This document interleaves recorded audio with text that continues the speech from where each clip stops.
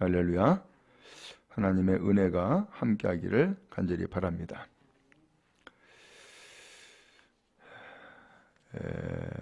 유대 땅에 분봉왕 헤롯이 있었어요. 이 분봉왕이라고 하는 것은 한 나라의 영토를 일부를 쪼개어 가지고서 이 나라를 다스려라 하고서는 통치권을 위임해 준 왕이에요. 당시는 로마 시대죠. 로마 시대에 그 제국들을 다 다스릴 수가 없으니까 각 민족들에게 소위 말하면 나라를 껴준 거예요. 그래서 유대 나라는 헤롯이 다스려라 하고서는 헤롯을 임명한 거예요. 근데 이 헤롯 왕이 한 번은 예수의 소문을 들은 거예요. 무슨 소문을 들었느냐? 예수님이 말씀을 가르치는데 사람들이 전부 다 그 지혜와 능력으로 탐복을 한다. 또 그 예수께서 병을 고치고 귀신을 내어쫓는다. 또 그 예수께서 기적을 행하여 능력을 나타낸다. 그러다 보니까는 많은 사람들이 예수께로 모여든다. 이 소문을 들은 거예요. 그때에 이 헤롯이 그러한 소문을 누가 전해주겠어요? 그 신하들이 전해주지 않겠어요? 그러니까는 신하들에게 이야기를 하는 거예요. 야, 이것은 세례 요한이다. 세례 요한이 죽은 자 중에서 살아났다. 그러니까 이런 능력이 그 속에서 역사하고 있는 거다 라고 얘기를 한 거예요. 결국 이 이야기는 뭐예요?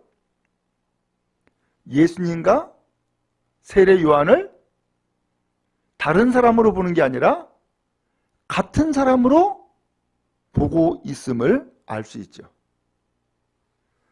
이 헤롯 왕에게는 세례 요한이 예수님이고 예수님이 세례 요한이구나 라고 같이 보고 있다는 거예요. 왜 그랬느냐? 과거에 이런 일이 있었어요. 이 헤롯이 새로운 부인을 얻었는데 그 부인이 자기의 동생 빌립이라고 하는 동생이 있는데 빌립의 아내를 자기 부인으로 삼은 거예요. 야, 이거 있을 수 있는 일이에요? 그러니까 이게 참 있을 수 없는 일인데 이 일에 대해서 아무도 얘기를 안 하는 거예요. 왜? 당시 이 헤롯은 분봉왕이라 그랬죠? 유대 나라의 분봉왕.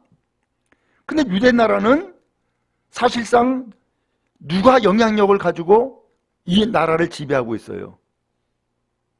유대 종교를 국가의 종교처럼 삼고 있으니까 이 유대 종교의 제사장들 있잖아요. 바리새인들이 있고요. 그리고 율법사들이 있고요. 그러니까 이 나라를 잘 다스리는 사명을 가지고서 지금 왕이 되었는데 그러다 보니까는 이 헤롯 왕이 당시 제사장이라든가 바리새인이라든가 아니면 율법학자라든가 이런 사람들과 가까워져야 되겠어요? 멀어져야 되겠어요? 가깝죠. 이렇게 가깝게 지내면서 나라를 다스리다 보니까 이 유대 종교의 제사장, 바리새인 그리고 율법학자들도 덕을 보고 있고 또 이 헤롯도 이 나라를 수월하게 다스릴 수 있는 혜택을 지금 보고 있는 거예요. 서로 그야말로 주거니 받거니 하면서 이 나라를 다스리고 있는 거죠. 그러다 보니까는 이 헤롯이 자기의 동생의 아내 헤로디아를 부인으로 삼아도 아무 소리를 못하는 거예요. 아무 소리를. 그런데 요한이 나타났어요. 세례 요한이 딱 나타나가지고 하는 얘기가, 당신이 그 여자를 차지하는 것은 옳지 않소 하면서 이야기를 하는 거예요. 근데 여기 성경에는 자세하게 나와 있지 않지만은 공동번역이라든가 표준세번역이라든가 다른 번역 성경에 보면은 이러한 말을 한 번 한 게 아니라 여러 차례 이야기했다는 거예요. 그러니까 헤롯 왕의 입장에서는 그 얘기가 듣기 싫어요? 듣기 좋아요? 듣기 싫죠. 나도 양심이 있어서 이게 옳지 않다는 것을 알고 있는데, 다른 지도자들, 종교 지도자들은 아무 소리 안 하는데, 유독 이 세례 요한이라는 이 사람은 제사장도 아니고 바리새인도 아니고 율법학자도 아닌데, 이 사람이 유독 이 헤롯 왕에게 당신 그러면 안 된다고, 어떻게 당신의 그 동생의 그 부인을 당신 부인으로 삼을 수 있냐고, 그러면서 이건 옳지 않다고 계속 이야기를 하는 거예요. 그렇다고 이 사람 말을 못하게 입을 봉할 수도 없고, 그러니까 무슨 생각을 했느냐, 5절에 보니까 저 요한을 죽여야겠구나 생각을 한 거예요. 저 요한을 죽여야겠다. 근데 죽이려고 해도 죽일 수가 없는 거예요. 왜? 사람들이 요한은 선지자다 라고 생각을 하고, 그 광야에 나가서 그렇게 외치는데도 불구하고 광야까지 사람들이 쫓아가 가지고서는 거기에서 모이는 거예요. 그리고 세례 요한을 옳다고 지지하는 거예요. 그러니까 이 무리들 때문에 요한을 못 죽이는 거예요.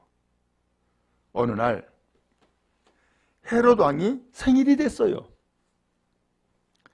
그러니까 왕이 생일이니까 생일 잔치를 벌렸네. 그런데 그 헤로디아의 딸이 얼마나 춤을 이쁘게 추는지 왕을 비롯한 모든 신하들의 마음을 홀딱 뺏어버렸어요. 왕이 어깨가 으쓱했지요. 기분이 아주 좋았어요. 그러니까 이 헤롯이 그 자리에서 엉뚱한 말을 내뱉은 거예요. 뭐라고 했느냐? 딸아, 네가 뭘 원하든지 내가 다 주겠다. 그런 거예요. 네가 뭘 원하든지 내가 다 줄 테니까 말만 해 라고 한 거예요. 그랬더니 헤로디아의 딸이 뭐를 살라고 할까 하다가 엄마한테 쪼르륵 달려간 거예요. 엄마, 우리 임금님이 뭐든지 원하는 것은 다 해주겠다고 이야기해요. 뭐 달라고 할까요? 라고 이야기를 한 거예요. 그랬더니 이 헤로디아가 세례 요한의 머리를 쟁반에 얹어서 나에게 주세요 라고 말해라, 그런 거예요. 이야, 어마어마한 이야기를 시킨 거예요. 그래서 이 헤로디아의 딸이 임금님한테, 임금님이 나한테 뭐든지 원하는 대로 다 해주겠다고 이야기하셨죠? 그럼 제가 소원이 한 가지 있어요. 그래, 뭔데? 세례 요한의 머리를 잘라서 쟁반에 얹어서 지금 나에게 주세요.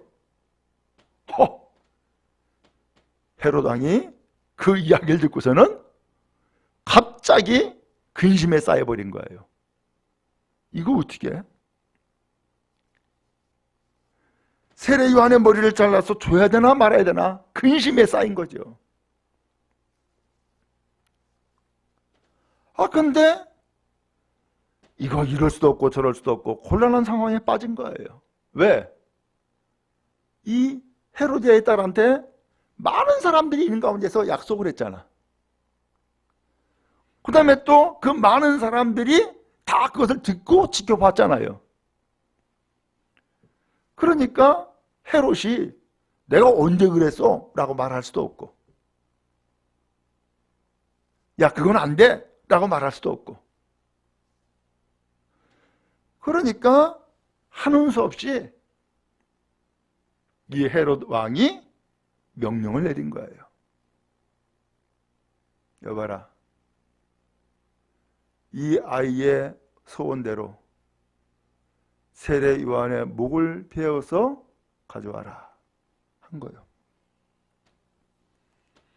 결국은 감옥에 있었던 세례 요한,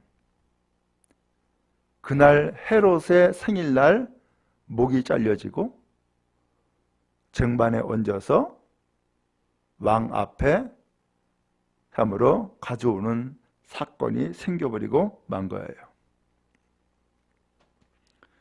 이 딸아이는 그 세례 요한의 머리를 쟁반에서 받고 그것을 자기 어머니 헤로디아에게 갖다 준 거예요. 기가 막힌 일이 생긴 거죠. 요한의 제자들은 이 세례 요한을 장례를 치르고 그리고서는 예수님에게 찾아간 거예요.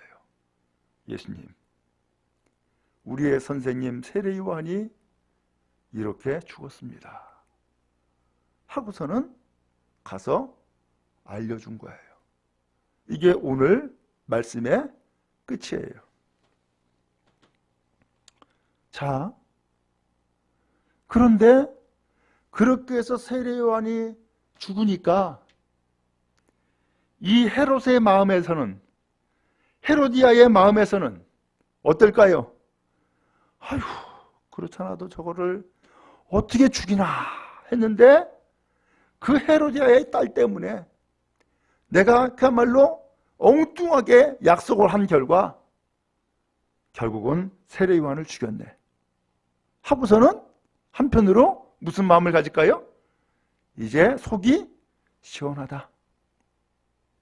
다시는 세례 요한의 당신은 옳지 않소 그 얘기를 더 이상 안 들어도 되겠네. 그리고 더 나가서 이 세례 요한처럼 이렇게 떠들고 이야기하는 사람은 이젠 아무도 없으니까 이제는 조용히 나라를 통치하면 되겠다 라고 생각을 하고서는 이제 한편으로는 속 시원하게 생각을 했던 거죠. 그런데 어느 날 이 왕에게 보고가 또 하나 들어온 거예요. 임금님, 예수라고 하는 사람이 나타났는데 예수라는 사람에게 사람들이 구름대처럼 몰려듭니다. 그 사람이 가르치면 전부 다 놀라워했고 그 사람이 병도 고치고 귀신도 내어줬고 기적을 나타냅니다. 그러니 수많은 사람들이 예수께 모여들고 있습니다 라고 보고를 한 거죠. 헤롯 왕은 그 보고를 듣고서는 누가 살아났다고요? 세례 요한이 살아났다는 거예요. 그래서 세례 요한이 이런 능력 가운데서 지금 역사하고 있다 라고 이야기를 했던 거예요. 결국 이 왕은 세례 요한과 예수를 다른 사람으로 봤어요? 아니에요. 같은 사람으로 본 거예요. 오늘 이 성경에서 우리는 무엇을 발견할 수 있어요? 세상은 세례 요한을 죽였으나 하나님은 이 세례 요한이 이루지 못한 이 구원의 놀라운 역사를 예수님을 보내어가지고서 이루시는구나.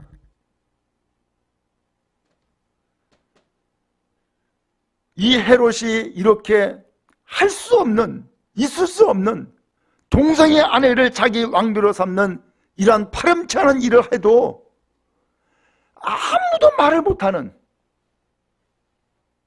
그래서 똑같이 죄를 짓고 있는 이 세상에 그나마 하나님의 공의를 가지고서 당신은 그러면 안 된다고 하면서 이야기한 이 요한이 결국은 세상에 의해서, 세상 권력에 의해서 죽임당했으나, 그래서 세례 요한이 그 일을 완전히 이루지 못했으나 하나님은 누구를 보내서요? 예수를 보내서 요한이 이루지 못한 일을 다 이루시게 하더라라고 하는 거예요. 그래서 말씀의 가르침이 사람들을 전부 다 놀라게 했고, 병들고 신음하는, 또 귀신 들려서 고통하는 사람들 다 병 고쳐주고, 그리고 자연적인 현상으로는 도저히 있을 수 없는 기적과 능력을 나타내 주심으로써 저 예수는 하나님의 능력을 힘입었다라고 하는 소문을 듣게 하고, 온 사람들이 예수께 모여드는 놀라운 광경들이 펼쳐지게 되어진 거죠. 오늘 성경에서 무엇을 말씀하고 있어요? 요한이 이루지 못하는 일을 예수께서 이루시더라 라고 하는 거예요. 그러므로 오늘 우리는 예수님을 더욱더 구하고, 예수님을 더욱더 믿고, 예수님을 따르는 믿음의 성도 다 될 수 있기를 간절히 바랍니다. 내가 이루지 못하는 것 누가 이루신다고요? 주께서 이루셨어요. 우리가 죄악 가운데 헤매고 있을 때에 나를 건져주는 것은 나 자신이 아니었어요. 예수께서 건져주신 거예요. 내가 깨닫지 못할 때에 예수님의 가르침은 나로 하여금 하나님의 뜻이 무엇인지를 깨닫게 하시는 은혜를 베풀어 주었어요. 내가 병들고 내가 귀신 들려서 고통하고 신음할 때에 내 병을 고쳐주고 그 귀신이 떠나가게 하는 놀라운 역사는 예수께서 행하셨던 거죠. 오늘 여러분, 이 성경에서 또 우리에게 알려주시는 또 하나의 교훈이 있어요. 예수님은 요한복음 14장 12절에서 이렇게 말씀했어요. 나를 믿는 자는 나의 일을 그도 할 것이요 또한 나보다 큰 일도 하리니. 예수님의 말씀이에요. 예수님은 십자가 달려 죽으심으로 오늘 우리의 죄를 다 갚으셨어요. 그 예수님은 살아계셔서 이제 승천하셨고 하나님 나라의 우편에 계시다고 성경이 증언했어요. 그 예수님이 남겨주신 말씀, 나를 믿는 자는 나의 일을 그도 할 것이요 또한 나보다 큰 일도 하리니. 그 예수님은 우리가 뭐 하기 원하세요? 아이고, 그 예수님이 그런 일이 있었어, 그렇게 했어, 이걸 원하신 것이 아니라 예수님처럼 예수를 믿고 예수님이 하시는 일을 하기를 원하신 거죠. 아니, 예수님이 하신 일보다 더 큰 일을 하기를 원하셨다라고 하는 것을 알 수 있죠. 그러면은 결국 주님은 뭘 원하시는 거예요? 우리가 예수님의 일을 행함으로써 예수는 분명히 당시 세상 권력에 의해서 십자가에 못 박아 죽였는데, 예수님의 제자와 혹은 예수님을 믿고 따르는 사람들이 행하는 일들을 보니까 예수의 이름으로 기적을 베풀고 예수의 이름으로 복음을 전하고 예수의 이름으로 기도하고 예수의 이름으로 능력을 행하네. 이로 인하여서 누가 있다고요? 예수가 살아나셨네, 예수가 살아계셨네 라고 하는 증언이 우리의 삶을 통해서 나타나고 있는 거죠. 주님은 이렇게 되어지기를 원하실 줄로 믿습니다. 예수님은 죽음으로 끝나질 않았어요. 예수님은 부활하시고 살아나셨어요. 그 예수님이 우리에게 당부하고 부탁한 것은 예수님의 일을 행해라 라고 하는 것이에요. 그래서 예수님이 죽은 예수가 아니라 마치 세례 요한이 살아났다고 헤롯이 이야기했던 것처럼 예수가 죽은 것이 아니라 저 사람들을 보니까, 저 예수 믿는 사람들을 보니까, 예수 복음을 전도하는 사람을 보니까 예수가 살아있네 라고 하는 믿음의 놀라운 역사가 있기를 원하시는 것이죠. 바라기는 예수님은 우리에게 이 말씀을 남겨주고 계신 거예요. 이것을 누가 이야기했느냐? 헤롯이 이야기했어요. 2절에 신하들에게 이야기합니다. 이는 세례 요한이라. 그가 죽은 자 가운데서 살아났으니 그러므로 이런 능력이 그 속에서 역사하는도다. 이것을 예수님으로 바꾸어 표현하면은 이는 예수님이라. 그 예수님은 죽은 자 가운데서 살아났다. 그래서 이런 능력이 저 예수를 믿는 사람들 가운데서 역사하고 있다 라고 하는 말씀이 되어지는 것이죠. 주님은 이러한 은혜를 우리에게 베풀어 주실 줄로 믿습니다. 우리가 능력이 있는 게 아니에요. 우리 속에 예수님을 믿는 믿음 때문에 우리 속에서 살아 역사하는 거예요. 그 예수를 믿는 그 믿음으로 인하여서 병은 떠나가고 귀신도 떠나가고 기적과 능력은 나타나고 하나님의 말씀은 이루어지는 것이죠. 주의 능력이 오늘 우리 안에 살아 역사하기를 간절히 바랍니다.